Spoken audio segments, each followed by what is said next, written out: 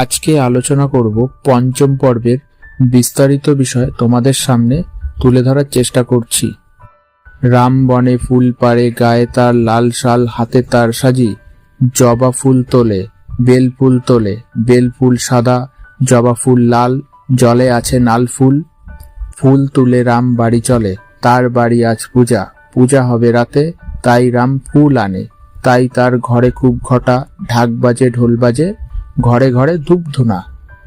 পথে কত লোক চলে, গরু কত গাড়ি টানে, ওই যায় ভোলা মালি মালা নিয়ে ছোটে, ছোট খোকা দোলা চড়ে দোলে, থালা ভরা কই মাছ বাটা মাছ, সরা ভরা চিনি ছানা, গাড়ি গাড়ি আসে শাক লাউ আলু কলা, ভারী আনে ঘড়া ঘড়া জল, মুটে আনে সরা খুঁড়ি কলা পাতা, রাতে হবে আলো লাল বাতি নীল বাতি, কত লোক খাবে কত লোক গান গাবে, 7 দিন ছুটি 3 ভাই মিলে খেলা হবে।